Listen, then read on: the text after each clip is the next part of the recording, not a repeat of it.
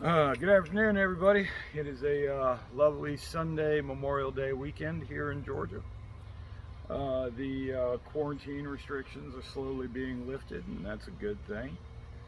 Uh, Looks like it's probably going to rain some today, and let's hope we can get this done before it rains. So today we're going to discuss Sinwali. Sinwali is one of the most common things you will see demonstrated in the Filipino martial arts. You'll see it used in a lot of movies to make the combat look very interesting. But what it really is a coordination drill and an attribute drill. Um, think of it more like working a speed bag in the air with sticks as opposed to how a boxer would use a speed bag. Timing, cardio, all those wonderful things you can get the benefit of by practicing Sinwali. I have to stress though, Sinwali is not fighting. This is a drill. It's like complicated dribbling in basketball. It's not about how you play the game, it's developing the skills to play the game. So that's what we use Sinwali for.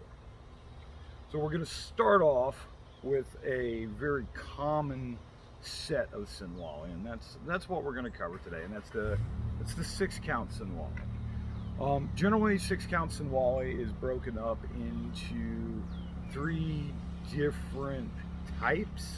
Let's call it that. You have Heaven 6, you have Heaven and Earth, and you have Earth. So if you think about it, it's really just a poetic way of saying you have the high line, the midline, and the low line. They're all based off of 3 simple movements. From the closed guard, now this is what's considered a closed guard. One stick is below your arm, one stick is on the outside of your shoulder. It's not up here. You're not holding it by your neck, it's on the point of your shoulder. So, we've got the first movement, which is a forehand that cuts right across the eye line of your opponent. And notice it comes across to the other side of the body and ends on the shoulder. Next, we have a backhand strike with the lower arm. And it comes into the same spot on the outside under the top stick. So now we have our third strike, which is a backhand that snaps out and comes back under. So we're where we started on the opposite side. Now, 1, 2, 3. So we put it all together in a nice flow and we get 1, 2, 3, 1, 2, 3. That's Heaven 6. Everything's at the high line. Next, we move on to Heaven and Earth, which is high line and midline, or low line, depending on how you interpret where the sticks are striking.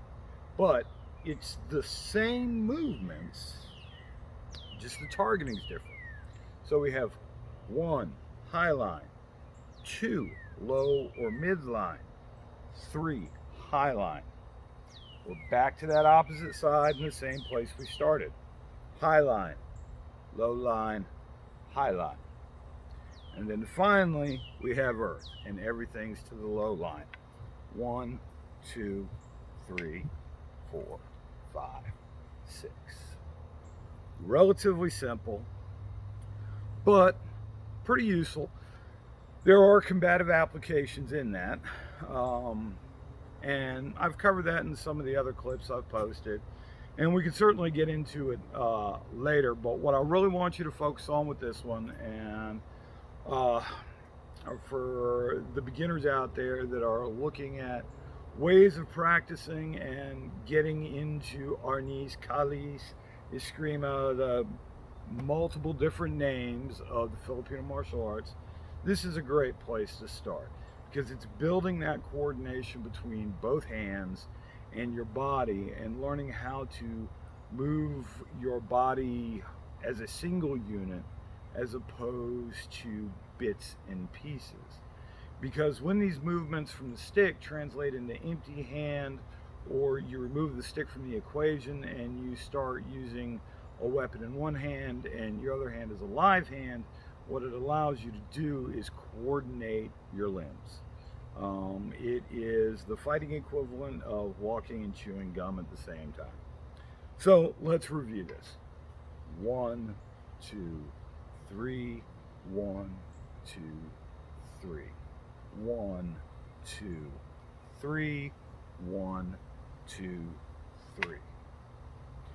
1, 2, 3, 1, 2, 3. That's it. Simple. And it takes a little while to get the coordination right. And to reemphasize, think of each set as 2 sets of 3 that you're doing each set once from each side of your body. 1, 2, 3. 1, 2, 3. 1, 2, 3. 1, 2, 3. 1, 2, 3. 1, 2, 3. That's it. You guys have a good one and enjoy. And take this on a tire dummy. If you don't have a tire dummy, do it in the air. Do it off a hanging rope, off a tree, whatever. Develop your speed, develop your timing, develop your rhythm. Play with it a lot. It can be very, very useful. Y'all have a good one.